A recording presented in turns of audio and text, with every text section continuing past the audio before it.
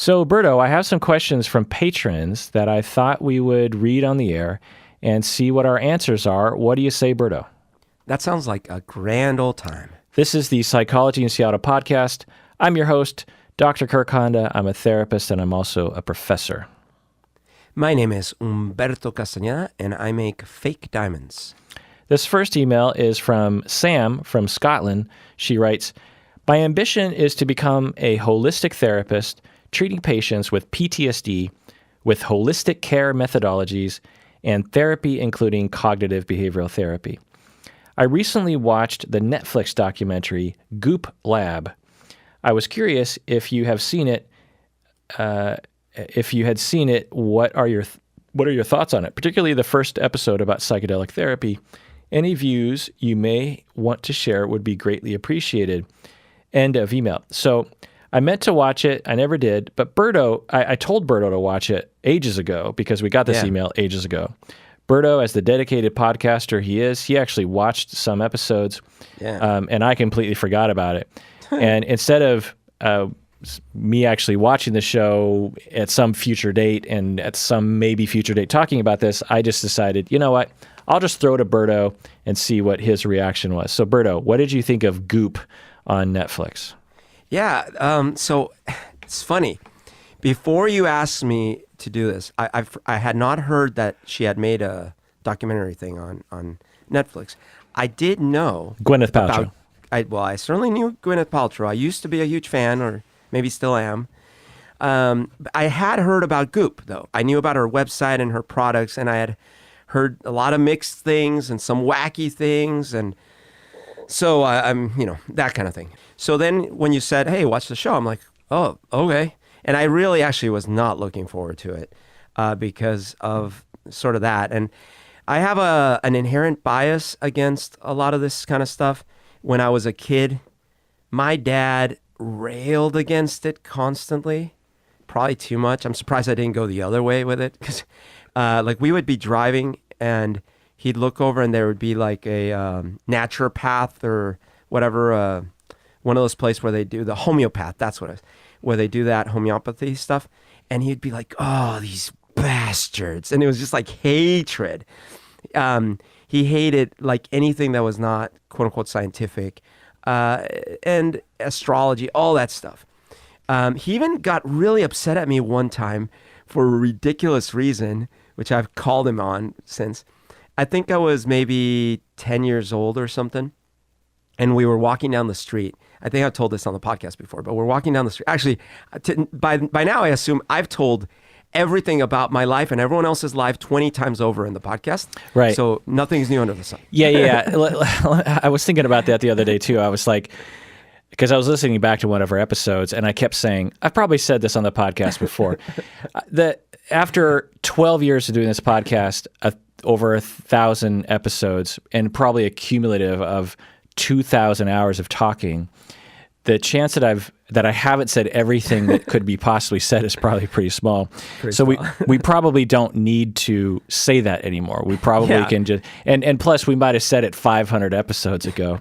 Just assume I'm like not remembering things. That's it. So right. I think we can stop saying that phrase. Oh, I probably said. I'm saying this mostly for my sake, honestly. I need to stop saying that every single time. No, I love it. I'm not going to say it again. I've probably said before that I'm never going to say it again. All right, so I'm walking down the street with my dad, and I'm doing what many kids do. I am trying to land on the it's got like tiles on the floor, and I'm trying to land each step I take, make sure I'm not landing on a crack or on a separation.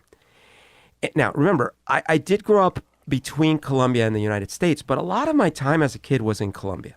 So I'm doing this. And my dad's like, what are you doing? I'm like, what do you mean? Wait, stop that. I'm like, stop what? Like, I know what you're doing. And I'm like, I don't know what you're talking about, Dad. You're doing the thing because you're afraid that you're going to break your mom's back or whatever. And he's saying this in Spanish. And by the way, I don't think there's a saying in Spanish about this. So I don't even know what the hell he's talking about. I've never even heard the saying in English, let alone in Spanish. And I'm just doing like a little personal challenge to make sure I don't land in the lines. So then I'm like, my mom, like, what? And then he's like kind of confused because he's not sure to believe that I don't know what he's talking about. But that's how against superstitions he was, that when he thought his little 10-year-old son was maybe following a superstition, he got so upset with me. Now, of course, like unreasonably so, but that was him. So that's what I grew up with. I grew up with someone who would regularly rail against these things. And instead of me, sometimes people switch to the other side when that happens. I grew up with that bias. I'm like, yeah, stuff, that's all BS and stuff like that. Now, starting from there, when I started watching the show, I was ready to sort of like laugh and dismiss everything. But I got to say, it tricked me because I'd say the first 4 episodes had a mix. And it was actually what I thought was a healthy mix. The first one was about psychedelics. And, honestly, psychedelics are things that I haven't, experimented much with in my life. And I was very biased as a younger person against that because in general, I sort of detested the notion of drugs because of what illegal drug trade had done to my country and of Colombia, But I have since, over the years learned that, okay, well, there's more to the story. Apparently there are some beneficial uses to some of this, but it's not trivial, blah, blah, blah, blah, blah. So I found it to be an interesting episode because they were exploring what psychedelics can do to open you up and to be more receptive and to have deeper conversations and all these things. Now, interspersed with that, there's a level of, like they talk about different dimensions or out of body. There's a level of that, but I was okay with it. It was like a little bit of BS with a little bit of interesting new data. The second episode I was even more comfortable with because it was about cold therapy. And cold therapy is something that I've actually been following for years. And it was about a guy, Wim Hof, that I had been following for years. Following as in learned about and have watched videos. Have we talked about Wim Hof before? No. We have. The answer is we have, because remember, assume we have. Yeah. We've talked about everything. So I liked that episode. It didn't have as much of the foo-foo stuff. I mean, his whole thing is about breathing methods and meditation and cold therapy. And all of them have, to varying degrees shown to have beneficial effects. So I thought that was good. Then as the episodes went on, I started thinking, okay, maybe I was wrong. Because then the next one was about women discovering their own biology and looking at their vaginas and things. And, that's a good thing. Then they had one about better diet leading to healthier lifespan and stuff. Again, all of these had a little bit of interspersed here or there. They'd be a little spiritual this, spiritual that. But then by the time they got to the last 2, I almost felt like the whole thing was a bait and switch. Because the last 2 in the season were about energy and about an intuitive person reading everyone, like a medium, basically a medium. That's the word. So that's where I was like, oh, you got me. Because like the first few ones, I'm like, okay, I'm gonna give you the benefit of the doubt. And then by those last 2, I'm like, no, you did what I was thinking you were gonna do. So I'd say that if I were rating the season, the first few episodes, I'd give it a decent rating, and then at the end, I was like, nope, I'm getting off this train. Interesting. Yeah, a lot of times that's what the marketers will do. They will start with something that is scientifically sound and something that's accepted and something that the reader will not have a hard time going along with. And then there's always that point where they'll make this leap about halfway through their discussion. Like one of the, I don't know if I'm making this up or I've actually read this kind of thing, but they'll say something like, so we all understand in this, for the experts that our reality is at the base level constructed of strings and right. These vibrating strings. And they'll talk about string theory for a little bit, quantum physics, these kinds of things, quantum entanglement, these kinds of ideas that are sound science according to the current right. model. And as a reader, you're like, oh, okay, well, all these they might, if it's a documentary style, they'll actually get physicists and astrophysicists to actually talk about how things are entwined or how things are string or vibrations, these kinds of things. And then about halfway through the presentation, it'll be something like, and that's why when you what's one of the ways they use this? Well, like one of the common ways with quantum physics is the idea that nothing exists until an observer observes it, right? That kind of concept. And so, but then they'll say like, so you make your own reality. Right. And then you can see how they could drive that to 1 billion, right? Right. Like it's the yeah, manifest or reality this machine that vibrates at a certain frequency, oh yes, gets in touch with your quantum reality. yes, right, the crystals and all that stuff. Yes, Right. There's always this leap where they'll start in a sound area that they probably don't really understand. right. Because even the experts don't understand string theory. And so you and I could never understand it.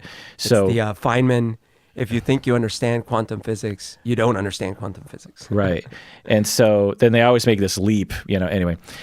So the one thing I can comment on, and thanks for doing all that watching of Goop, Berto. This Sam from Scotland was super served in that way. But the psychedelic therapy, we recently did an episode on psychedelic therapy. I interviewed someone who specializes in that modality and in that research, and she is extremely responsible in the way she communicates about it, which is to say that we don't have enough data yet to know if psychedelics in therapy helps anything. We're studying it. We're looking at it. There seems to be some indication that some people might benefit from it in some ways under some circumstances. But the news reports are blown way out of proportion. And I'm guessing the Goop, you tell me what the gist of that episode was, because I suspect it was blown way out of proportion. What was their point in that episode? Okay. So they had a mix of people go down on this trip, and they both literally and figuratively, like they went to a different place. It was very tropical and stuff. I forget where it was, like Costa Rica or something. And they went on trips. They were doing these mushrooms, a few other things. But they had a mix of different people. Some of them were drug users. Some of them had never done anything like this. But a lot of this was about how life-changing and permanent, like how this would let you make permanent changes, not just temporary changes. And like they filmed it in such a way where it really seemed like, wow, this is transcendental. And I mean, I got to say, that was sort of not new to me, in that I have a lot of friends in the sort of DJ world, and in the early 2000s, this is all I would hear about how, like, oh, I heard about this place, you can go do this ayahuasca trip, or, oh my gosh, you got to try ecstasy, or you will change forever. This is a constant topic. And so from that perspective, I didn't take it so much as like, this is scientifically proven. It was more like, okay, I've seen this subculture, and I mean, I buy that there are some people that can go through an experience like this and get some positive things out of it.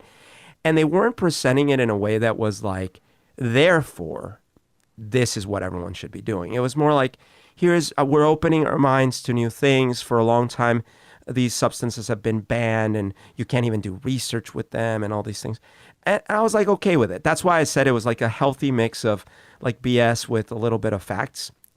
And the people that they were showing, I didn't feel it was that manipulative. Like the scenes they were showing with them doing the drugs and stuff, I didn't feel like anyone was like acting like, oh, now I see the light, the world has changed. In fact, there were a few scenes where it's like, well, I don't know, the effect was medium, or there was a little bit of balance to it. So that's my experience of that episode. Yeah, interesting. Did they have anyone come on there and say, by the way, we don't have the research yet, so we can't say if this is actually effective or it's just placebo? Did anyone say that? I feel like there were a couple different quote-unquote experts that they kept intermixing in there. I do think there was a little bit of that earlier on the episode. I don't remember. Oh, it was in Jamaica, by the way. That's where it was. But they definitely had someone speaking that was a therapist that swore by it. Yeah. And I felt like on balance, I would say that if I didn't know any better and I watched that episode, I'd be like, okay, this is a thing. I got to do it. So if you're interested in this topic, listen to the episode on psychedelic therapy. It came out in early 2020. I talked with an actual researcher, an actual practitioner, not some bullshit person who just took drugs, or just someone who happens to have some anecdotal stories about how it benefits, listen to that episode. That expert, it talks in a very responsible, very measured, balanced way about the research and about the potential of it actually helping people. Right. And her conclusion, and she this is how she makes part of her living, was to do this kind of research and to do this kind of therapy. And her conclusion is, we just don't know yet. We could be tricking ourselves into believing that this has any effect because there is such a thing called placebo. And Berto, I know all the people you're talking about, the DJ world who would take psychedelics. Have any of them, due to their drug use, improved their lives in any kind of noticeable way? I know that you and I could point to them and be like, many of them, their lives are worse now, probably because of drug use, at least as a factor, right? Yeah. At the very least, there is a curve like with everything else, and some people did better, and who knows if it was because of this, that, or the other thing, and some people didn't. But I certainly couldn't point to that community and say, oh man, I missed out. Right. Now, can psychedelics be wonderful? Absolutely. Just like any substance, just like any experience could be wonderful. Going on a hike, drinking alcohol with your buddies, getting high on pot. There's all sorts of experiences one can have that can be, very meaningful to one person. But does it actually produce the kind of outcomes that are being claimed? Even the word therapy, psychedelic therapy, that implies that it cures and has outcomes that reduce symptoms. And we just don't know the answer to that question yet. The early research seems to indicate that for some people, it might help kind of in at least the short term, and for a smaller percentage of people, maybe the long term. The kinds of things that make sense to me that they're actually looking into are, for some people, addiction. It seems to help in conjunction with other kinds of addiction treatment to help people to be sober. Also, people who are dying of a terminal illness, it has been known to help some people cope better with the fact that they're dying. But again, in the same way, if you have a profound religious or spiritual experience, it has a similar effect, right? And psychedelics seem to produce that in people's minds. For everyone, no. For some, seems so. But the fact that a lot of people are emailing me talking about how they're reading online about how psychedelics are going to cure people's PTSD or cure people's depression, there's no evidence of that yet. Now, in the future, I'm guessing there will be some evidence that it could help with some people as an adjunct to all the other methods of therapy that we absolutely do know help people. I could see that happening. In the same way that if I did my evidence-based treatment for trauma and also had people go on hikes once a week and reflect on their lives, might there be for some people, a bit better outcome as a result of that? Sure. There's this attraction in our society for a certain amount of people that psychedelics or drugs in general maybe is like going to save the world. Right. And there just doesn't seem to be any evidence of that. Now, I could be wrong. The data could show later on, 10 years from now, that it is going to save the world, but I doubt it. And I'm old enough to have seen a lot of these trends happen.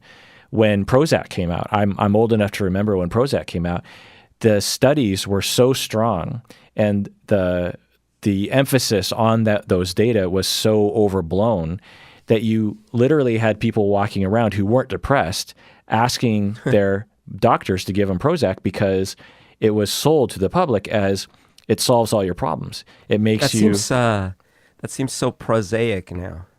But you remember that, right? In the 90s? Yes, I do. Yeah, it was like people thought, oh, well, I want to be happier too, so I'll take, wait, no.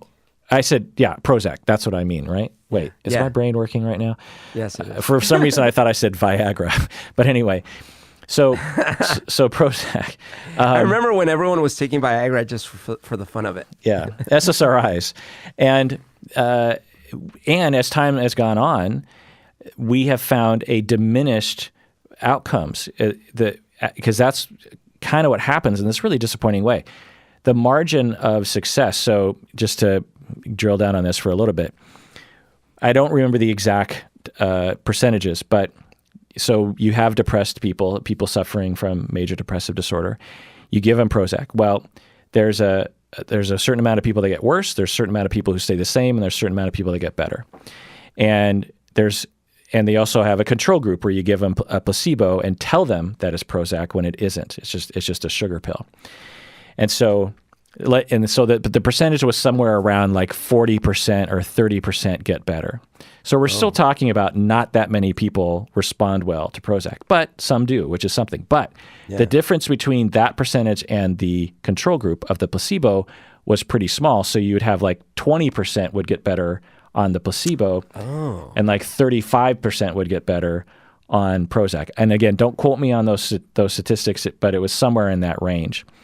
I see. But it was reported as the happy drug that would solve everyone's problems. And of course, when you look at the statistics, it's like, well, for some, for sure, but not for everyone. And it's kind of not that much greater of an effect as placebo.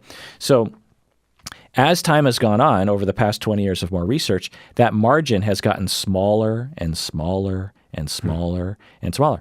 This is a well-known effect in particularly psychological research. There's a lot of speculation as to why that would be. Usually what it means is that our ability to be more precise in our studies gets better over time is one idea. But anyway, the point is that with psychedelic therapy, there's a lot of promise with these early studies, but I suspect over time, 20 years from now, the difference between the psychedelic therapy trials and the placebo will get smaller and smaller and smaller. Now, for some, it will be useful, but it will not be effective for most people, is my guess, even based on the early reporting. Now, if you're suffering from something like addiction or something else that is purported to be helpful for, if you go to an actual clinician who specializes in this and can keep you safe during your trip, then maybe it's worth trying for sure. Trial and error, see if it works out. But you have to do it with someone that understands the protocol. What a lot of people are misunderstanding is, I have PTSD. Okay, I'm gonna recreationally take LSD, tomorrow, and I'll be cured of it. That's not how the therapy works. You have to be the way the protocol is. There's 2 therapists that are with you the entire time that you're tripping for like 8 hours, and there's pre-sessions and there's post-sessions, and so the psychedelic event is actually a minority of the time you spend with these treatment therapists who understand how to treat you in general, with the psychedelic event being part of that. So it's not like just something you take. The same goes for Prozac. When people take Prozac alone, that the outcomes pale in comparison to when you take Prozac with a therapist that knows how to help you along the way as you're using the substance. So it's always probably going to be a part of a larger therapeutic protocol that involves talk therapy. It's like seeing a report that potentially some chloroquine drug might help with coronavirus, and then you just go and get some under-the-counter chloroquine and start self-medicating constantly. Yeah, fish food. Anyway, let's take a break, and when we get back, let's erase our minds of that thought and talk about something else. What do you say, Berto? Let's do it.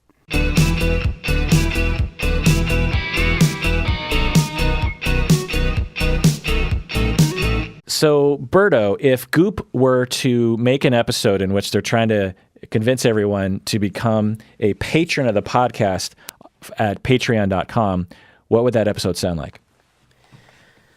Many of us have heard that at the most fundamental level, everything we see, everything we hear, everything we touch is made up of tiny, tiny little vibrations that can barely even be said to exist.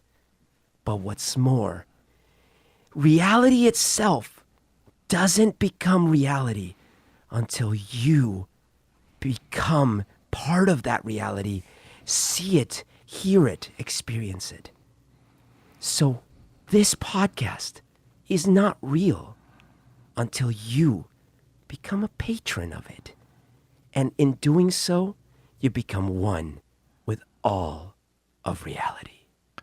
The ASMR people are really getting super served right now. So I wanted to make an announcement. I've been making this announcement with various people, but I really wanted to make it with you, Berto, in that we gave out 2 scholarships recently. Woo! And you were a big part of that. You read all the applications just like me and Stacy did as well, my wife.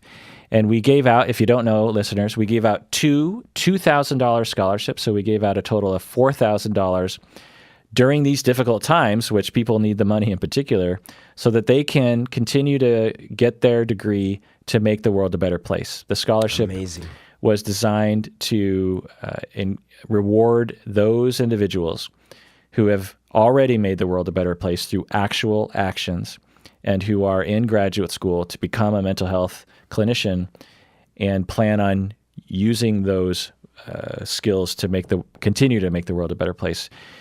And one of the $2,000 scholarships was actually, the funds was donated by an anonymous patron. She just gave me $2,000 and I said, well, what do you want us to do with it? She's like, well, do whatever you want. And I said, well, how about we give it as a scholarship to someone? And I said, I'd really like to put your name on this because you should be honored for giving us this money. And she's like, no, I just want to, just call me an anonymous patron. Wow. So that was pretty amazing. And, how narcissistic. And the other $2,000 was siphoned off of the patron money. You know, when you become a patron, know that part of your money goes towards various philanthropic efforts that we've been doing, including giving money to homeless organizations, to LGBTQ organizations, to animal organizations like Pet Finder. So there's that. Just a little rundown on the 2 people that Berto, Stacy, and I chose to be given the funds. Shalit Rosario is a woman from India, and she's currently getting her psychology counseling degree at the University of British Columbia. And she's already done a lot to make the world a better place. And she also plans on helping her home community in India with her new skills. She has said that her area in India lacks a lot of mental health services. And also Haley Wilson, who is getting her master's degree from Oregon State University. And she says in her essay, growing up in the Bible Belt as a queer teen, I have felt the weight of prejudice and have been affected by the actions of those who do not understand nor value diversity. And she also writes, because she's already helping a lot of people, domestic violence, sexual assault, human trafficking. And she also wrote, sometimes I am really tired when I come home, but I wake up every day wanting to help those in need and hear those who have not been heard. So she's definitely deserving of the scholarship, and we congratulate both Haley Wilson and Shalit Rosario on those funds. Amazing. So upper tier patron Natasha from California, whom we met at one of our live shows, she wrote in and said the following, Berto. Something's really bumming me out lately, and I realized that there's not really any representation of it in the media. I'm sure you're familiar with the term friendzone, but no one talks about getting dick zoned, which is so much worse.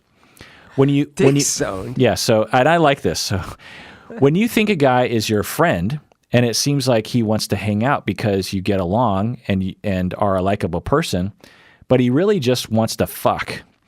If you don't want to fuck, suddenly you're not friends and maybe you're not as likable as you think. It's so shitty. And even typing this, there's this voice in my head that guys are allowed to do that because, well, they're guys.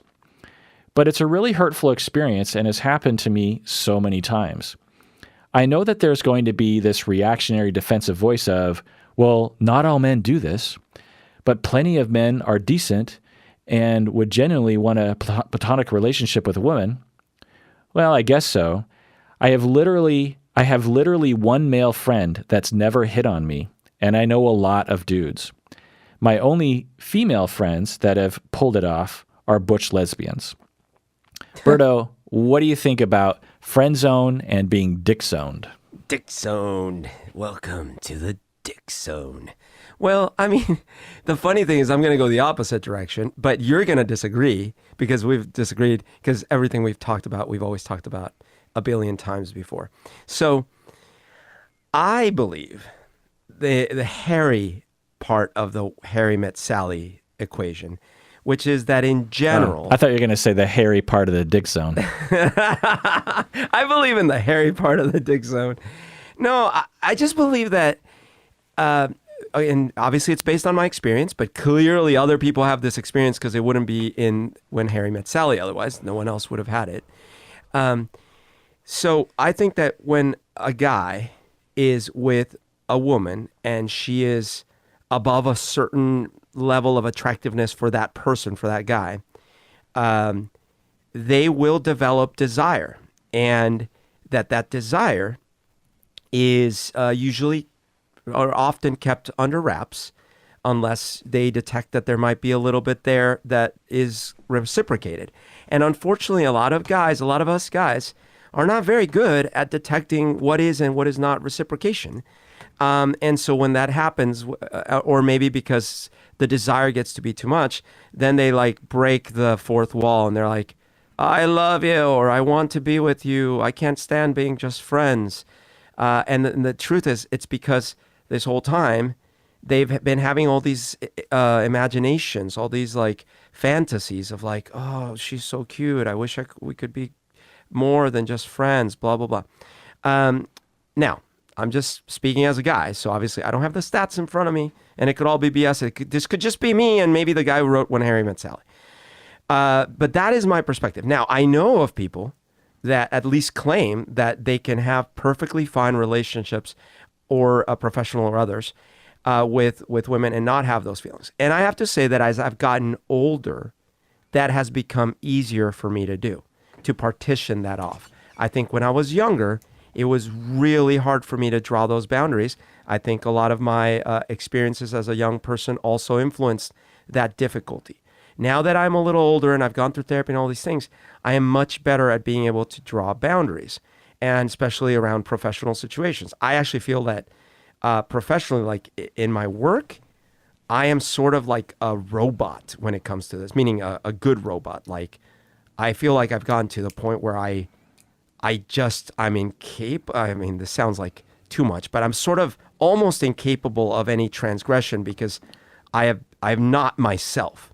Like I'm constantly not myself when I am at work, when I am, like doing professional duties. I'm constantly not myself because, I don't know. But, and so I think I just want to chime in on that because I find that to be a very ridiculous way of framing it.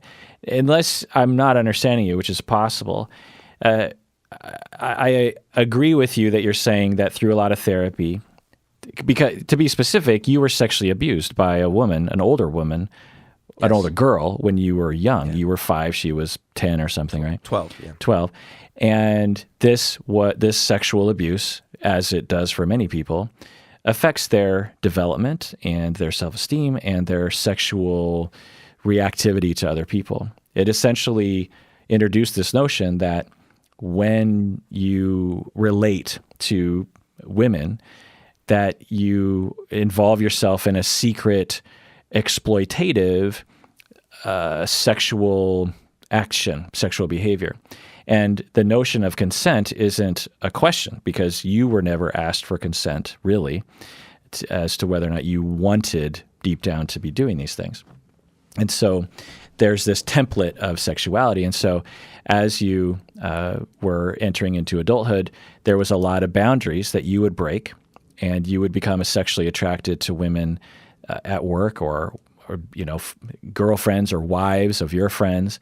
And you, through your therapy, recovered from the trauma sufficiently and also discovered yourself and also discovered how to have close relationships without elements like this that can get your needs met. And thus, now you don't have that symptom anymore. You're framing it like you're not yourself and that you're a robot at work, I would call you more yourself and more of a human being because you can see straight sexually now. Why are you framing it as you're not yourself and you're a robot? Because if you spend time with me outside of work, I'm someone I like to flirt. I constantly say sexual innuendos when I'm making jokes or talking or whatever. But why? If why? I'm dancing, I'm dancing very hot and close. And well, with people who presumably want that, right? yeah, sure. Okay, but no one wants that at work. So, well, that's my point. So at work, I don't make any jokes. Like because nothing that's even the right in the thing. Realm or comments of any sort or because any innuendos of any because that's the right thing to do, Berto, and you know that. But that's not me. That's what I'm saying. It why is the right thing not to do you? at work. Why can't it also be you Because it's not. to be kind to other human beings and not impose your silliness on them at work when they don't want it? Well, but then we could say, like, why do I do that outside of work? Why should I Because you also have a part of you that wants to do that with context and people that appreciate it. No one appreciates it at work, so you're not going to do it there, which is good. And you are doing it in your social life because you know the people around you. If you met a brand new person, you wouldn't do it with them because you don't know them. And why is it not you at work, but you in the real life? I just find that to be a weird narrative. Well, it's, I guess, because the person that I am at work is someone that, like, let me put it this way. When I retire, I don't want to keep being that way. I want to be the normal way, the normal me. Now, I guess what we're getting with people who who don't want you to be that way? No, I think that's the part that we're getting confused with. Like, on the one hand, I don't want to conflate, like, boundary crossing with the other parts, right? Like, but I'd say that I have, how do I say this? Like, in the real world, outside of work, if I see someone attractive at, like, a dance club and we start talking, I am going to be attracted and we're going to flirt and whatever, right? But at work, that's not going to happen. At a dance club, if you saw an attractive woman and she gave you any indication initially that she didn't want to talk with you, would you continue to flirt with her? No, of course. Well, not now, but like, right. But that's not. I'm not. But I don't know if that would happen or not happen at work. So my narrative, because I don't even go down that path. So my narrative, which is not yours, and you're free to have yours, but my narrative of this is that you have matured and healed to a point where you are no longer imposing your sexual impulses on people who don't want it. And in certain contexts, you're more likely to be around people who will, at the very least, be okay with it and might even really want it. And in other contexts, you know that no one wants it. And so you're not doing it there. And if you're at a club and no one wants it, you're not going to do it there. But you might try it out there because it's a greater likelihood in that context that someone might appreciate it. So that's my narrative. It's not your narrative. But your narrative is a very convenient, recent realization that our society has made, not the very well understood wisdom for millennia, right? Like, in other words, we just recently, very, very recently, I'm talking about within the last decade, really, came to realize as a society that, okay, it looks like we're going to have very specific rules about what can and cannot happen at a work environment. And I'm not talking about sexual abuse. I'm not talking about coercion. I'm not even talking about any of that stuff. I'm talking about the kind of jokes, the kind of comments that can be made, the kind of interactions, like, you know, touching someone on the shoulder or hugging. None of that stuff flies anymore. And I get it. And so I don't do any of that.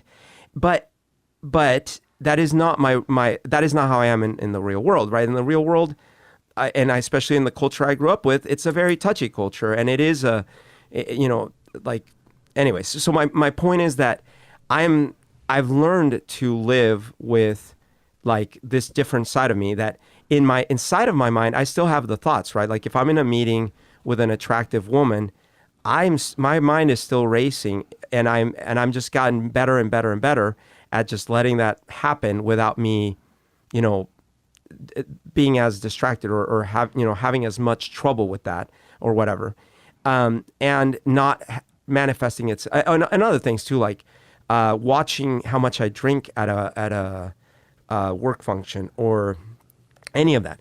There's there used to, for a long time, there used to be so many times where I was still tempted to make the funny joke after someone said something that could be taken two ways. And then I, like, years ago, just stopped. And I just never even, like, I almost don't even hear those comments anymore. But that's very different from me outside of work. So it's like I've definitely trained myself to be there's a work Beardo and there's a non-work Beardo. And the work Beardo is most of the parts that are the non-work Beardo minus some of those elements. Yeah, and I appreciate that. And, it's wonderful that you're doing that. I would frame that not as a male thing, but as the effect of sexual abuse that you went through. Regardless of gender, when one has been sexually abused, there is a path for many of people to defend against the abuse, to become over-sexualized and to ignore your understanding, or to ignore signals that are seen by the individual that you shouldn't do things, and to move ahead otherwise, if that makes any sense. So that does make sense. So I would frame your experience not as that of a male, but that of someone who's recovering from pretty horrible ongoing sexual abuse and untreated sexual abuse as a child. I wouldn't disagree with you on many fronts with that.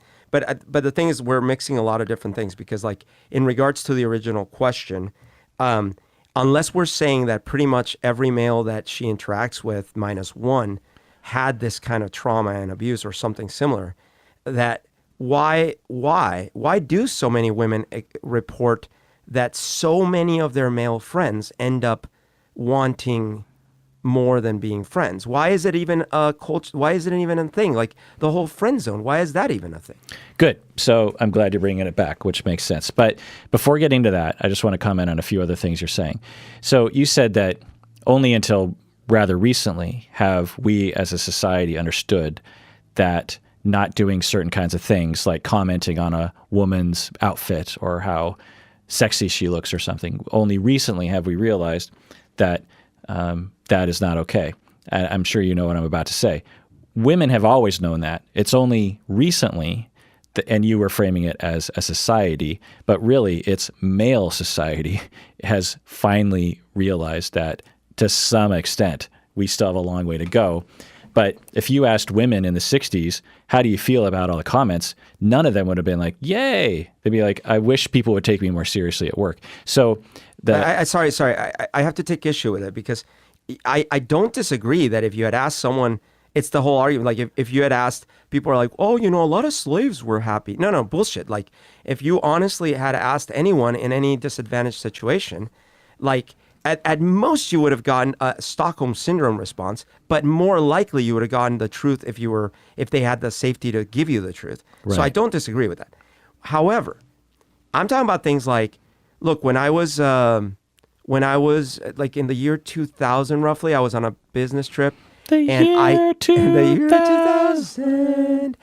And I had a picture on my phone that I had gotten from one of my friends had sent me a picture of like a GIF. It was a GIF of some naked lady doing something. Okay. I showed it to my male coworker. It wasn't someone at work. I wasn't referring to anyone at work. There were no women around and nothing. It was just, I showed it to my male coworker. My male coworker, and it wasn't at work, but it was like, it was in a work trip, so still. My male coworker, who was older than me, looked at me and was like, dude, that's inappropriate, or something like that. And I was like, oh, okay, sorry. I didn't know that was inappropriate. Why was it inappropriate? I would have showed it to my other friends, but not every friend I have. Some people I wouldn't have, because I'm like, they probably would think that's inappropriate. But why did I think it was appropriate to show a porno image or whatever to a male coworker? And then he drew a boundary. That's not, and now it happened to be a female, but what if I were gay and it was just a guy in the picture? Like, that wasn't a female thing. That was a boundary that we weren't aware of. And I say we, because otherwise, why were there so many mandatory sessions that we had to go to? And and women too. And the examples included both men and women. And there were, so yes, granted, more men were in the workplace in positions of power. So by statistics, of course, there were more of those situations. However, I don't think it was just about men and women. I think it was about behavior in general. Yeah. So getting back to the When Harry Met Sally situation, when I saw that movie in the 80s, I remember blanching at that scene and really arguing with the premise that, and I didn't realize that this was such a dominant notion in society, that men and women can't be friends, that women can be friends with men, but men can't be friends with women. I guess we're talking about heterosexual people. Because I've always had really good friends who were men and really good friends who were women. To this day, you're one of my good friends, and I started this podcast with another one of my best friends, Lita Katibi, who I've been friends with her since we were in preschool, kind of, but definitely since we were like 16 to 17 years old, and have shared so many things together. And never, anyway, the point is that I can be friends with women, and I've come to find that I was not necessarily the majority voice. Now, I know a lot of men out there listening, heterosexual men, can raise their hand and say, yeah, I absolutely can be friends with women and have been friends with women without being attracted to them, or at the very least not having the attraction a thing. I mean, one could say that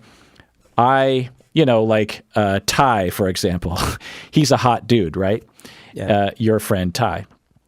And when I saw him, even though I'm heterosexual, I was like, wow, it's a hot dude. I recognized his hotness and was just like, wow, that guy's really hot. And there's other guys like that too. But I guess because I'm heterosexual, the point is that if I have a friend who's a woman who is attractive, I can recognize intellectually, like, wow, she's attractive.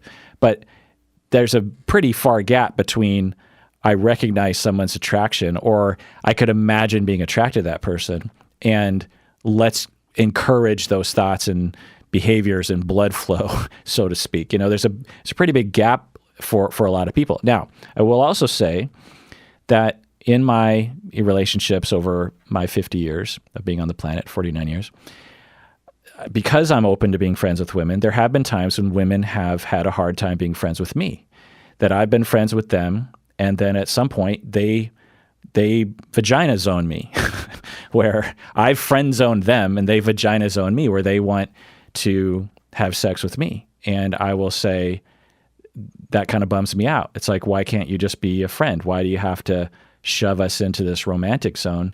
And, did you really like me, or was it only because you were attracted to me sexually? And I'm sure, Berto, you've had that experience as well. Yes. So it's not a gender thing for me. Now, getting back to your question and Natasha's question, which is a very worthy one, which is, well, if you asked, 100 men, 100 heterosexual men, 100 heterosexual women, how many of you have been dick zoned or vagina zoned? You're probably going to have a lot more women stand up and say, I have been dick zoned, than the men saying I've been vagina zoned. Why is that? Well, we could speculate. And of course, your speculation, which is mine, but you tend to emphasize it more than I do. We don't have the data, but it's possible that men, due to some biological disposition, testosterone development, whatever, that we have a greater likelihood of having attraction and sort of sexual mate radar is stronger than for people born with vaginas. Look, what you got to give it to your mama. What you got to get it, put it in you. Give it away. Give it away. Give it away now. So there's a lot of speculations around that. We would have to actually put humans in lab. We'd have to raise humans in the lab under different circumstances to know actually the answer to this question. So we'll never know, because culture does affect things. Now, we also know that from a very early age, girls and boys are taught what is acceptable for their gender and what is not. And one of the notions that is still around for young girls is it's unacceptable for them to be horny. It's unacceptable for them to be a slut. It's unacceptable for them to chase boys sexually. And the opposite notion is given to boys. To be a man means to chase women. To be a man means to bag as many babes as possible. To be a man means to hit on everything that comes your way. And this is encouraged through different experiences. Like you meet a group of other 15-year-old boys and you're 15 and you don't know each other that well yet. And an attractive girl goes by, and to relieve the tension, someone comments on her sexuality. And then all the 15-year-old boys kind of bond around that. And that solidifies a notion of morality and of what makes you a boy, what makes you a man, what is good in life. And something different would happen with a group of 15-year-old girls potentially. Not always, of course, but there are trends around gender socialization. We like to think of ourselves as our preferences are our own and not affected by these experiences. But of course, that's ridiculous and narcissistic to imagine that we aren't affected by society and those micro experiences. So all of those things, part biology, maybe, definitely culture, points in the direction of creating a difference between heterosexual men and heterosexual women, where the heterosexual men will have a perhaps overactive notion of their attraction radar, and women might have a subdued radar. And then as a result, you have these outcomes where you have a lot of women who will stand up and say, yeah, I've been dick zoned by 20 different guys that I thought were trying to be friends with me, but in fact, they were just trying to get down my pants. And you have a fewer amount of heterosexual men saying the same thing. That's what I'll say about that. Do you disagree with any of that, Berto? I don't. I know. For the most part, that sounds great, and I agree. I will only add that, when one of the things I think that's the elephant in the room is that it's really hard and uncomfortable for us to tell someone that we're not attracted to them, because when we're little, it's so painful to like. At first you're like the center of the universe of your family, at least if you're in a, loving, healthy environment or somewhat. Because even me with like my split parents and stuff, like I was given a lot of adulation and praise by my dad and my grandparents and people and stuff. So I definitely, felt, oh yeah, I'm pretty great. I'm a pretty great little person. But then when you start like interacting with friends and with girlfriends and stuff, all of a sudden this new realization sets in. It's like, oh, wait a minute. Hold on. Maybe not everyone thinks I'm great. And then all of a sudden it's like, yeah, I don't want to be your girlfriend. Wait, why not? What's wrong with me? And that's really painful. And so I think it's really hard and painful for people to say, oh, yeah, no, sorry. I'm not physically attracted to you. I mean, I love our conversations. I love being co-working on this, or I love that we take these trips. But I don't want to have sex. That's not something I'm attracted to about you. That's really hard to have that conversation, and it hurts people's feelings and blah, blah, blah, blah, blah. And because we can't easily or conveniently have those conversations, it goes unspoken. And then one side, and maybe it's a woman, maybe it's a man, assumes that they're both on the same page. Like, okay, since no one has brought it up, I'm assuming we're all aware that I'm not attracted. You must not be attracted. Well, whatever it is, we're not going to be even talking about this. And then when one person broaches the subject, it's all of a sudden a shock. Wait, what? I thought we had an understanding. No, you didn't have an understanding. We never had the conversation. Yeah, absolutely. Now, the other thing I'll say to people out there is that friends last longer than romantic relationships in general. And this is something that I recognized when I was a teenager, was that with my friends, girls and boys in high school, that those relationships potentially were forever, whereas romantic relationships would last like a week. And I remember thinking, well, I want relationships, and so if you have a choice, sometimes it's better to go for the friend relationship than the romantic one, because, and they're not mutually exclusive, of course. You can be friends with a past romantic or sexual person, but the point is that for young men, maybe that's a value that is worth emphasizing for them. Because again, young men are taught that friendship and being vulnerable is for pussies, and you need to be independent. And we like to think that we live in a post-sexist society, but my God, we really, really, really do not. I am positive that in a couple hundred years, they will look back at our society, and to them it'll be just a shade different from the 50s and the 1920s and this kind of thing.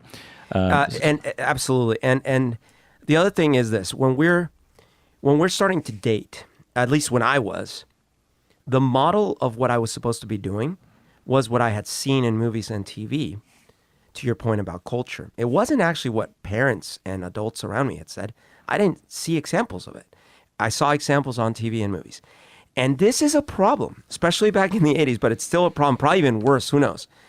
And because the message I got as a young man, young boy or whatever, was, oh yeah, look, we gloss over the physical attraction bit in movies and TV because really, we're going to tell you that what really matters is underneath. And just believe that everyone believes that and that everyone is on the same page about that. And what you really have to do as a male, it doesn't matter if you're nerdy, it doesn't matter if you are clumsy or whatever, it doesn't matter who you are at the start of the movie. You just need to do some grandiose gestures for the woman in this case, and probably spend some money and then if you do the right set of grandiose gestures and maybe spend the right amount of money, it'll work out. Because that's what happens at the end of the episode of the movie. And I really had that notion built into my head. So I remember my way of courting women when I was, a kid was that I would okay, I'm going to show up after dark and throw a rock at the window and they're going to see how much I really, it was that right. sort of notion. And to put a fine point on, I think what you're getting at is that the notion that was given to you was not only that the grand gesture was the thing to do, but that if you did that, the woman would respond, the girl would respond, and you deserved it. And I deserved it. You were Absolutely. entitled because you did all the right moves to the girl responding. That's what happens in the show. Right. So it's not just that you're being romantic; it's that you're entitled to reciprocation. Yeah. And taken to the extreme, of course, that could lead down very dark paths. But even without date rape or any of that stuff, just the notion of well, what do you mean you're turning me down? I went through all this trouble. I earned it. I am the character in the movie. As far as I know, it's my movie, not your movie. What the hell is happening here? And something else. The other part of it that's insidious, I swear to God, is the notion that the guy doesn't actually have to be interesting in any normal or approachable way. In fact, the more, odd they are, that's actually great because in the end, their oddity will shine through. So what happens is that I didn't realize that to be interesting in general, I should just become interested in things and do activities, take up hobbies, get involved in clubs. And then when I'm asking a girl out, instead of saying, do you want to go get food and I guess watch a movie, I could say, hey, I'm going hiking this weekend, or hey, I'm in this bowling club or whatever. Do you want to do this activity with me? Or do you want to go to this book reading activity? Something that is not just let's go eat and watch a movie. That's my repertoire was, we're going to go eat and watch a movie because everything else is going to be these grandiose gestures. Well, and more specifically to what Natasha is saying, because you're giving advice to people who might need it, is to not assume that just because a woman is giving you attention and you're spending time with her, that this is a romantic road that you're on. And to value friendship from anybody, and to also not feel entitled to romance from someone. Now, if you're desirous of romance, which most people are, and sex and companionship, there's nothing wrong with that. But to just railroad every relationship with a woman into romance is potentially not the best way to live your life. What Natasha is talking about here is that there's this very familiar term called friendzone, which is almost exclusively a reference to how men or boys are friend zoned by a heterosexual woman, and how terrible that is. Oh, that guy just got friend zoned, or I'm always getting friend zoned. And I really appreciate what Tasha is saying is like, well, wait, the other side of the equation is kind of worse because she's getting dick zoned. The fact that they entered into a relationship that was probably explicitly friendship oriented. Now, of course, there are exceptions. I'm sure there are rare cases where the heterosexual woman gives the wrong impression that the male doesn't, quote unquote, misinterpret. But I'm guessing a lot of the situations, the woman heads into the relationship without any overt expression of romantic intention or sexual intention, and has all the hallmarks of a friendship in the beginning, might even be explicit. And then she gets dick zoned and he hits on her. She says, I'm not attracted to you. And then he drops that friendship, drops that relationship. If we're going to look at that from the outside of that, the woman got the raw end of the deal, not the dude. The woman was the one who started the relationship in a coherent and authentic way, and the guy was the one who was potentially hiding his intentions. Flag on the field, coach. Flag. Nope. I'm not buying it, man. Because we're assuming that all of us have all these mental models properly built in. And I know you're not, because you know that that's not how society is.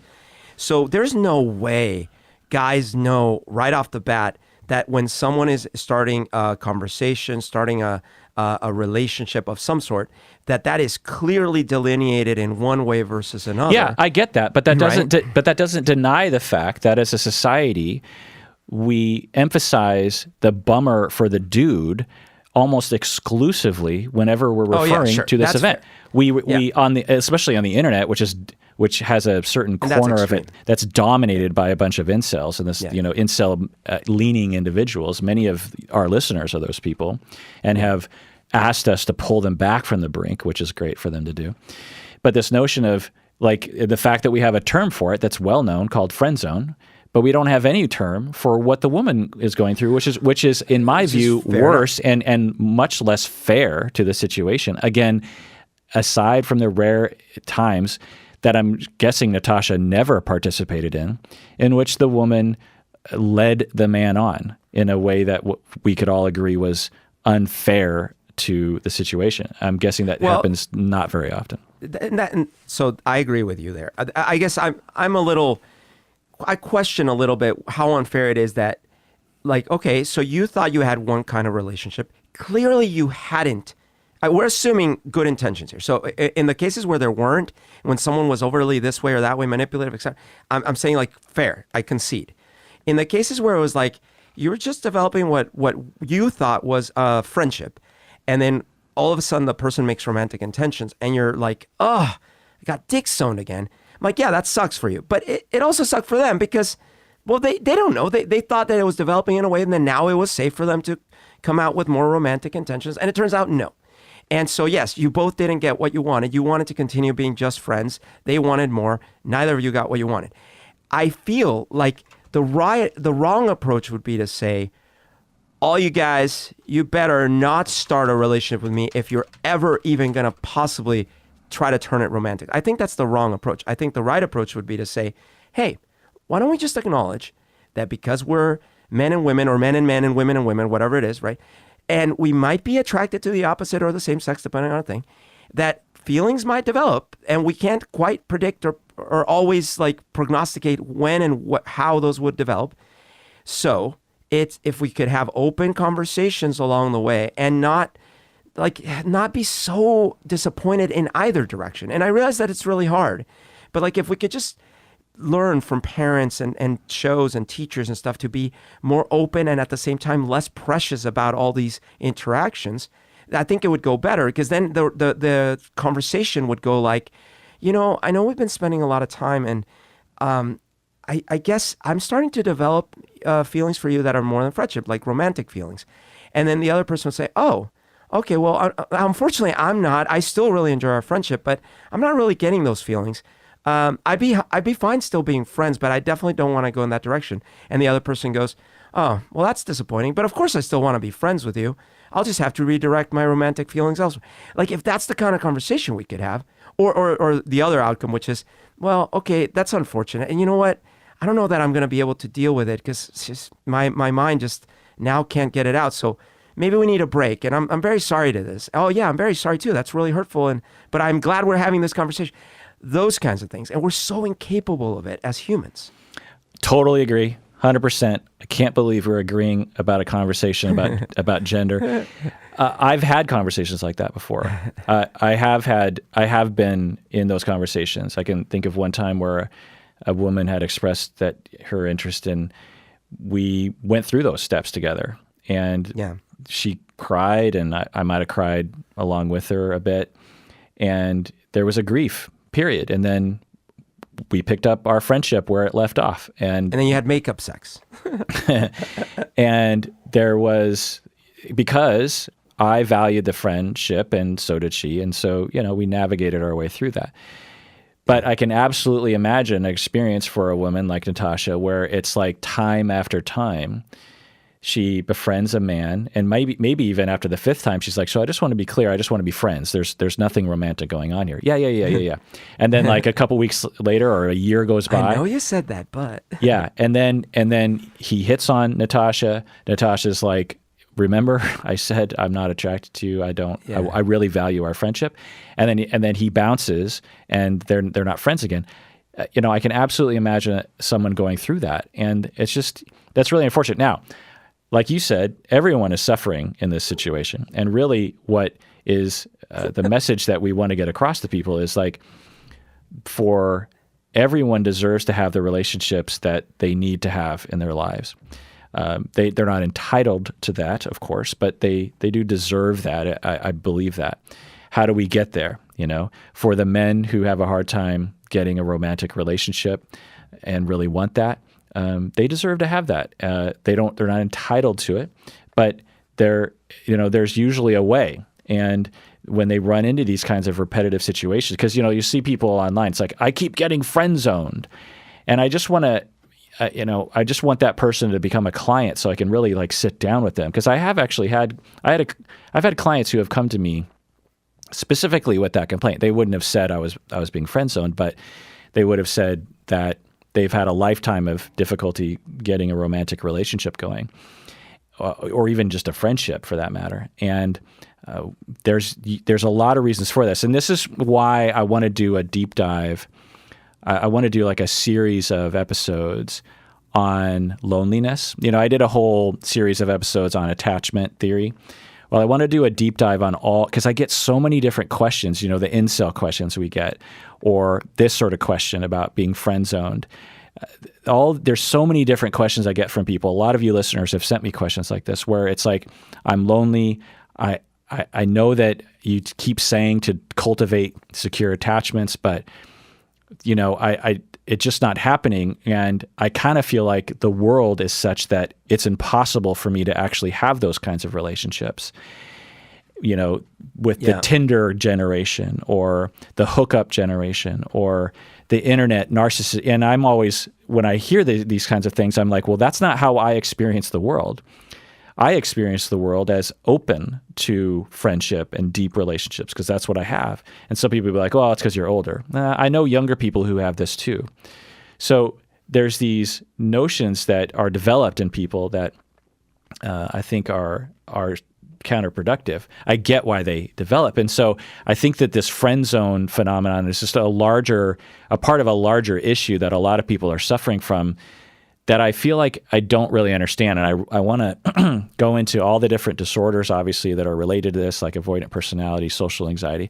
But I also want to get into what are the different, I want a system of categorization of what kind of lonely person are you?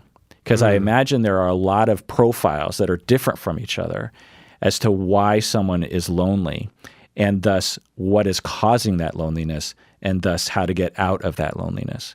Yeah. Because it would be tempting to say, well, all loneliness is due to X or due to 3 different possible factors. But I have a feeling like there's hundreds of profiles of how someone will email me and say, I'm lonely. I feel like I don't have a way out of that. And I want to get to know that primarily because I want to give those profiles to people and have them explore and try on each of those profiles and say like, oh, I think that one, or like these two profiles sound like me. And then you have an idea of maybe how to get out of that. Huh. That sounds fascinating. Are you going to do these things about loneliness all by yourself then? Well, why? Are you trying to invite yourself? I was just making a joke because they're about loneliness. Oh, I get. So I had a funny notion while you were talking a little earlier. So you know how if, let's say I meet you at a bar or I'm seeing you at a bar and I start hitting on you, and you could easily say to me, oh, I'm sorry, I'm not homosexual or I'm not into men or whatever. And then if same thing, if I am into men and a woman starts hitting on me, I could say, oh, I'm sorry, I'm into men, I'm not into women. And maybe I'm wrong about this, but I feel like most people would be like, oh, okay, I get it. And like, it's kind of an easy letdown, you know? It's like, oh, it's not me, it's like you, I get it. So I was thinking, okay, well, what if we just like made it to the individual? Like, oh, I'm sorry, I'm not an Umberto sexual, you know? Like, it's not you, it's just that I'm not an Umberto sexual.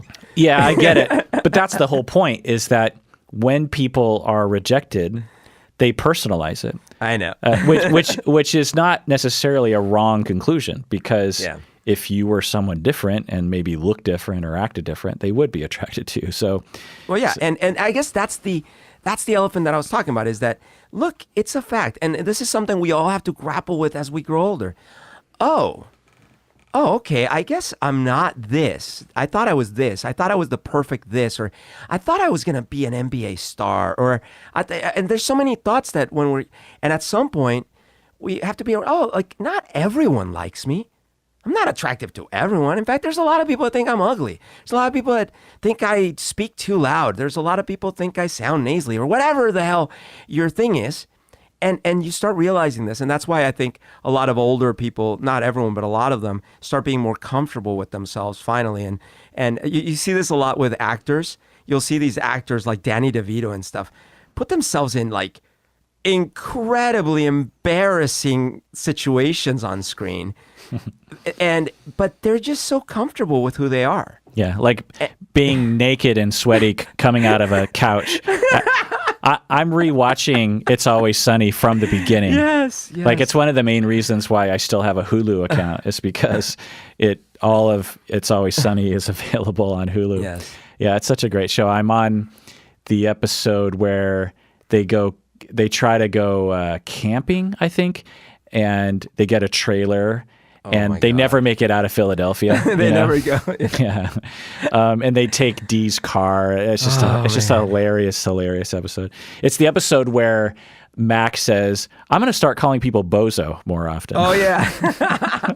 Bozo. What's wrong with you, bozo? And then he's like, yeah, I'm starting to call people bozo. You know, it's just such a funny. Okay, I asked on Facebook for people to maybe chime in about what they wanted us to talk about. So I want to honor at least some of those people. Top fan Samantha says that she loves hearing about gripes. So Berto, do you have a gripe of wrath?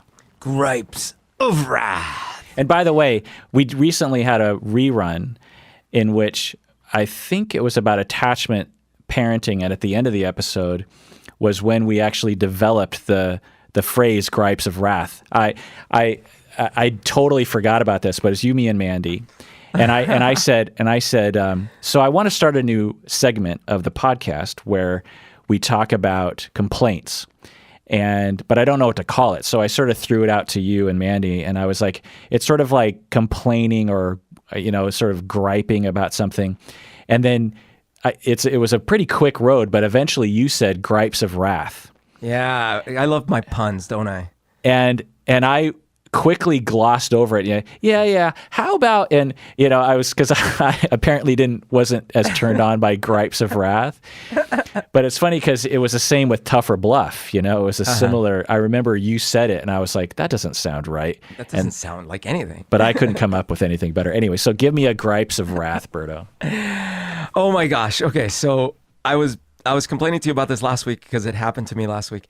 I spent an inordinate amount of money to buy a new, quote unquote, top of the line analog to digital, digital to analog converter. Long story short, it's a thing that lets me get audio from the outside of my computer to the inside of my computer and then back out. And it was like super hyped on their marketing site, like they always are. And I read reviews and they were awesome. So excited, spent all this money, got the thing. And you know, there's a lot of things right now that are bad. This was something that made me happy for a moment. I'm like, oh, I got this new thing. Yeah, I spent money, but it's going to make me happy. And how much was it? I don't want to say. It was a lot of money. Tell me, I want to know. Oh my gosh. Because these things generally run like for $50. You know what I mean? It's embarrassing. So was it $500? It's more than that. More? Was it $1,000? Let's just leave it at that. Yes. Oh my God.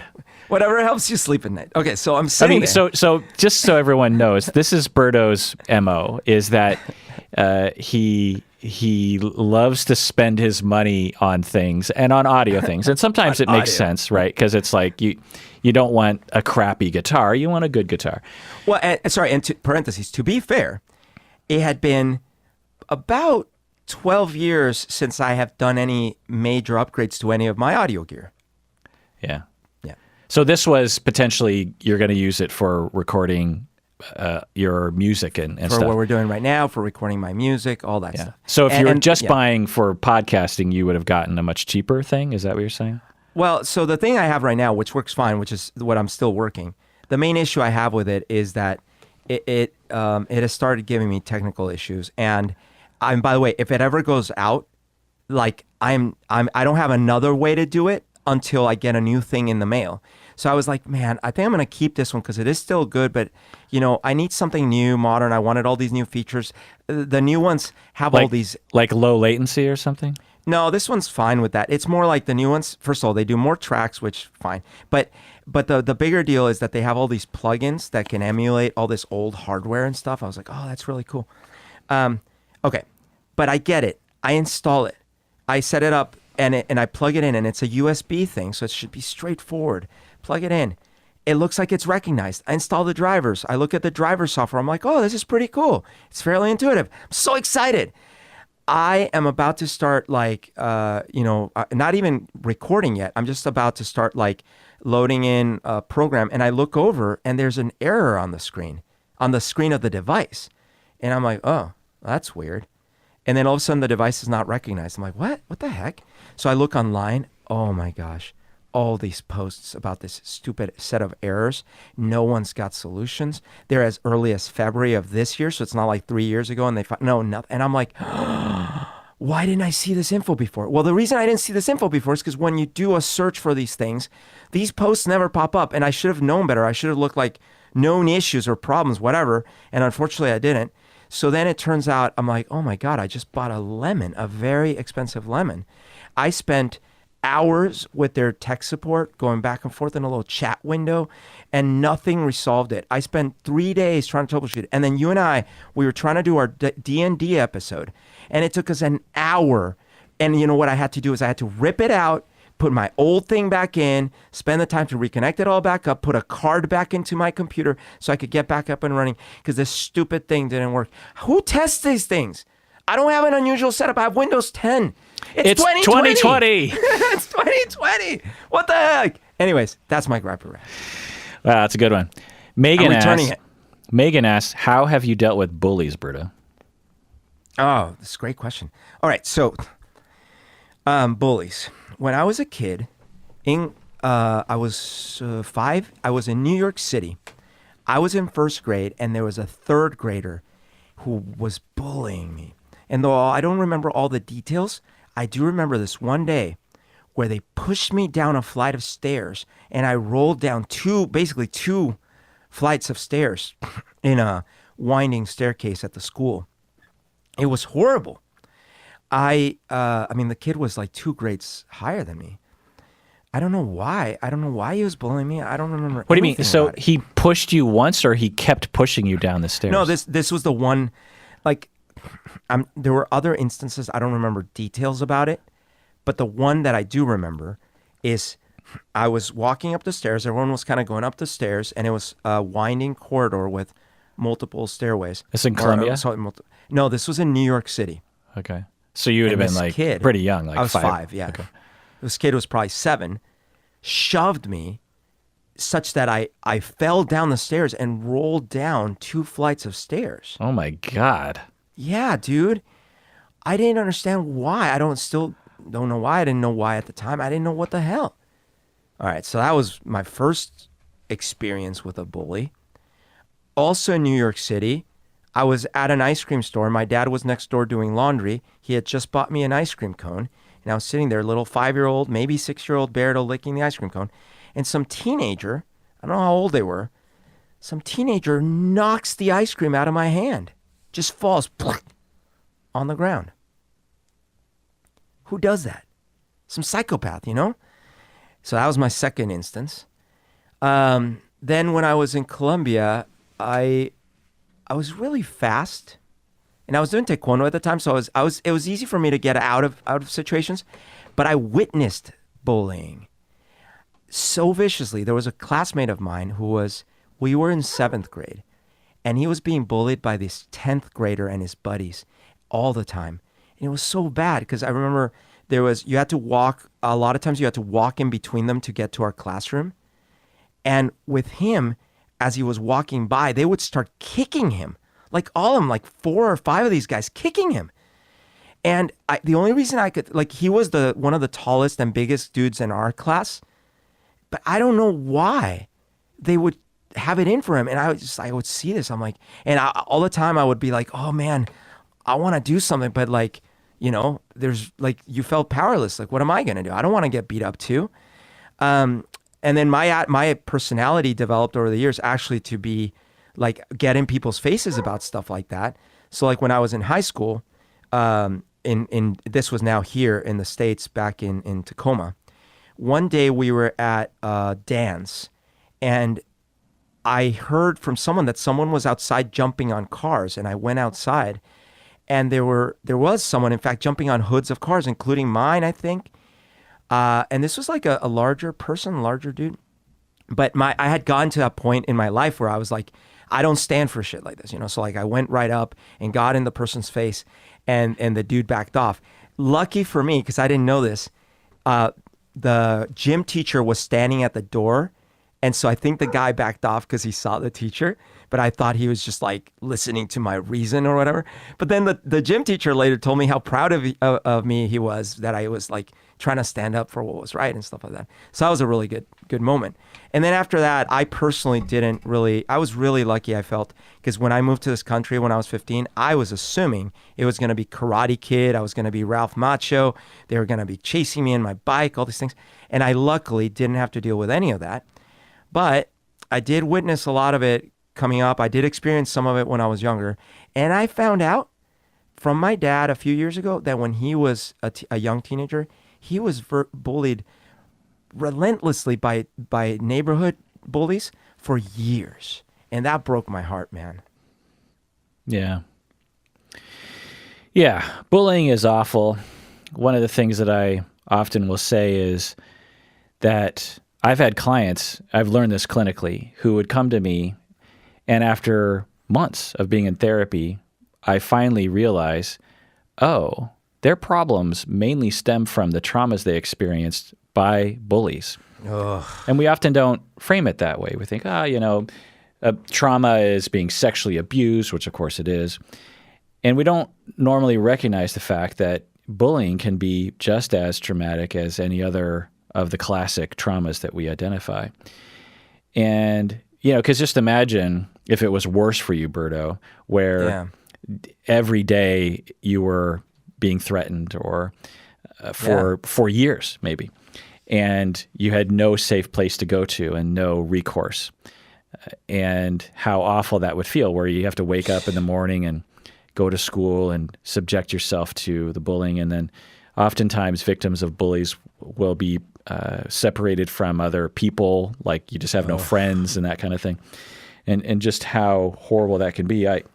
Years ago, so I don't know, 12, 15 years ago, I had my first client who all of his problems stemmed from being bullied around the age of 13. He went to this boarding school it was in another country, and he was bullied the entire year, and it was when Facebook was first coming out, and he was being connected because you remember the early days of Facebook where it was like, oh my God, Facebook is suggesting that I friend that person from middle school. Remember it was that whole wave, like 2008 kind of a thing. And he was getting all those suggestions from the perpetrators of the abuse he went through. And a big part of his therapy was exploring how he was going to respond to that. Do I reach out to those people? Because at this point, he was in his 40s and felt very powerful and strong and knew that if he got into a scuffle, he'd be able to handle himself now. And he's like, do I challenge them to a fight, or, all these kinds of things. But yeah, it was really, really hard for him. So, Megan, when you ask how have we dealt with bullies, it's just such a hard thing to answer because we don't really have a system often that can protect victims from this. There's no CPS for, now sometimes schools will have an anonymous hotline or something, but usually schools and parents really miss the mark in terms of how to respond. A lot of the times what needs to happen is the perpetrator needs to be treated and needs to be dealt with as if they are a perpetrator of at least some version of a crime. Yeah.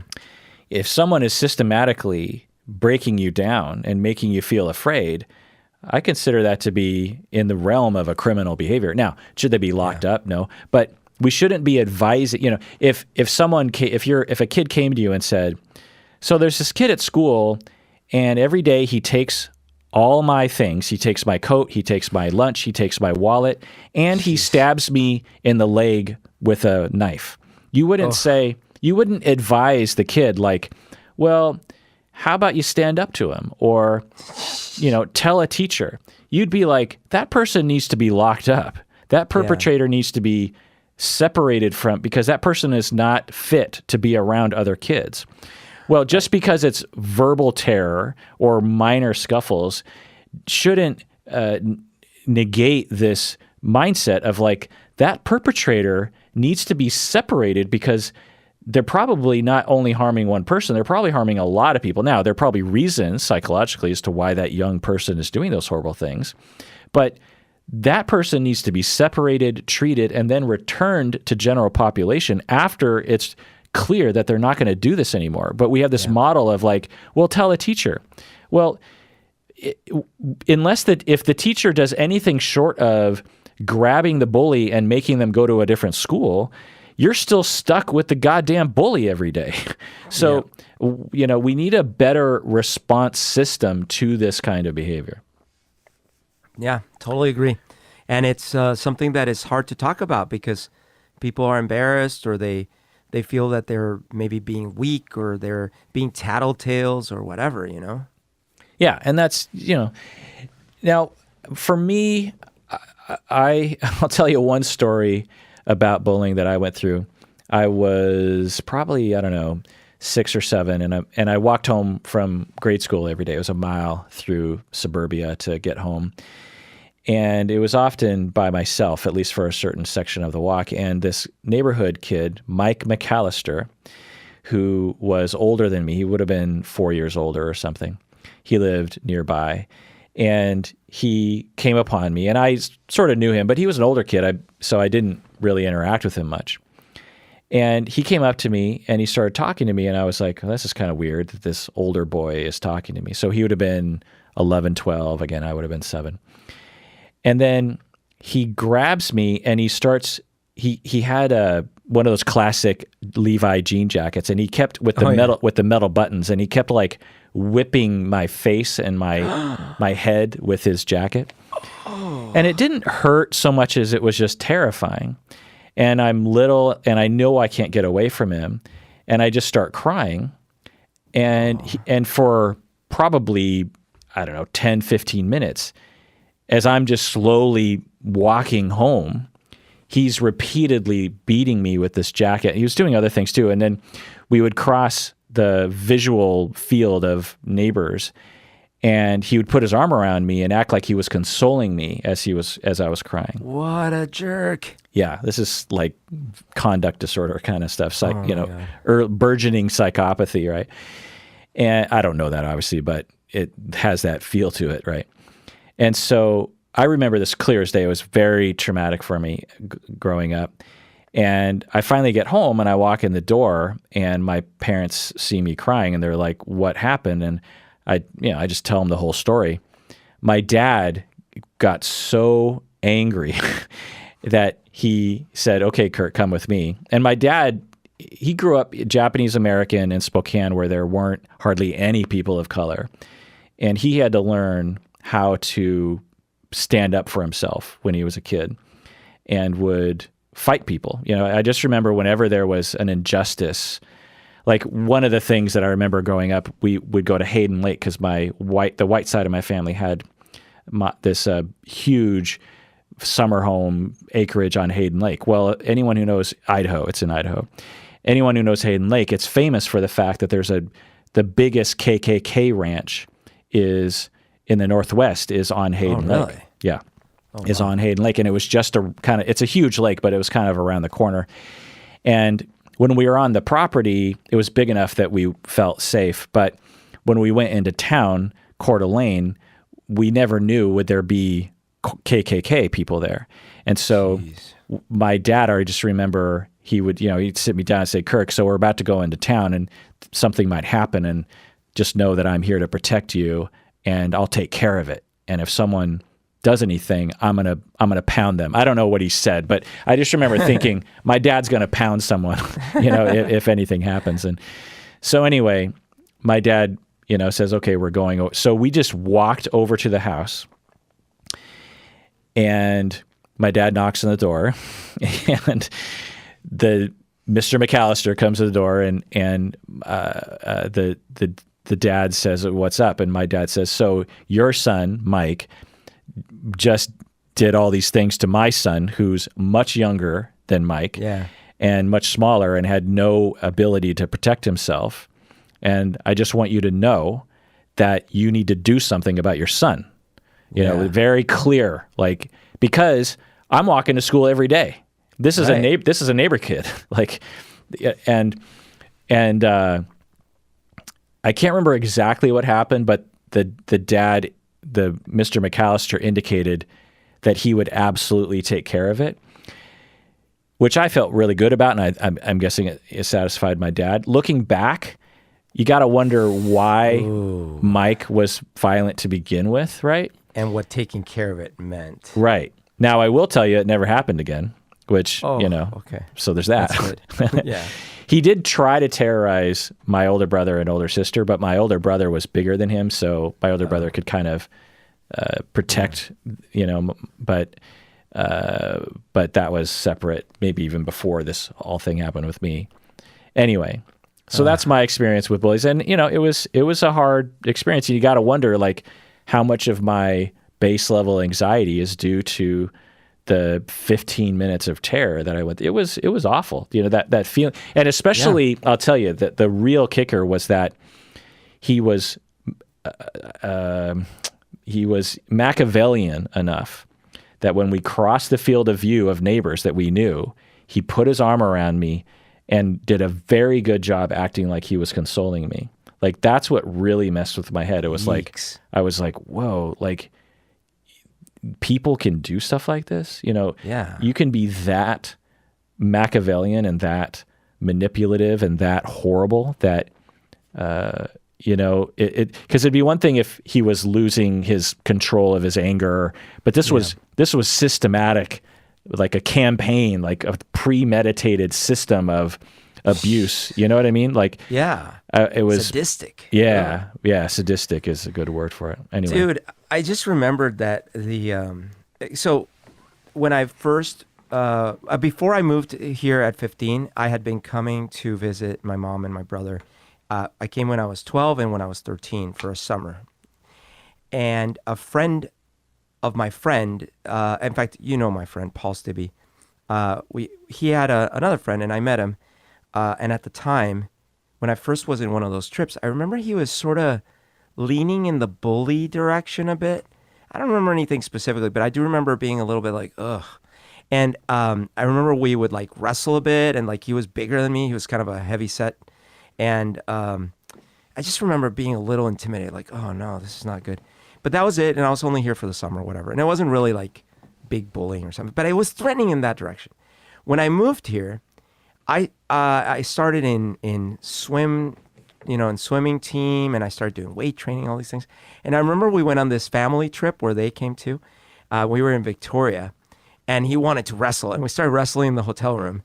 And it's like it was hilarious because he could not move me anymore. I didn't know any wrestling because I never did wrestling, but I had gotten so much stronger from the swimming and the weight training that like I could. It was sort of like playing with a kid all of a sudden. And so then he, from there on, was super nice to me. But that's sometimes, unfortunately, what it means is that, like, unless you have, like you said in the case of your older brother, unless you have, like, the threat back to the bully or the potential, and maybe I'm being a bit unfair because, like I said, it wasn't like this ever really developed into full bullying, but I felt like it could have gone in that direction. Yeah, absolutely. Well, I'm glad that you found a way out of that. That part was just like, sort of luck, like, well, different kids develop at different speeds. And the other thing, though, I will emphasize, and I don't know, well, I do know why. So, and maybe it's because my dad had been bullied as a kid. I never knew why, but every time I saw my dad, the one thing he always did is he would stand up for things. And maybe it wasn't in reality, because obviously there were a lot of things in his real life that he ended up dropping on the floor, but he got in trouble in hospitals he worked at because he would stand up to injustice. He would be like, "This, you're serving these people rancid milk. Like, this is wrong." Like these kind of things. And I would see him trying to really stand up for the little people and all these things. And I think that, like, over the years finally imbued in me in a sense of like, well, it doesn't matter if you're going to get hurt. Like, you got to do what's right, And I did appreciate that about him. So people out there, have you been bullied before? If you're watching on YouTube, comment below. If you're listening on Facebook, comment below. Share your experiences if you want. Also, we've talked about Goop. What's your experience of Goop? What's your experience of psychedelic therapy? What's your experience of the Friendzone or the Dick Zone? What's your gripe of wrath?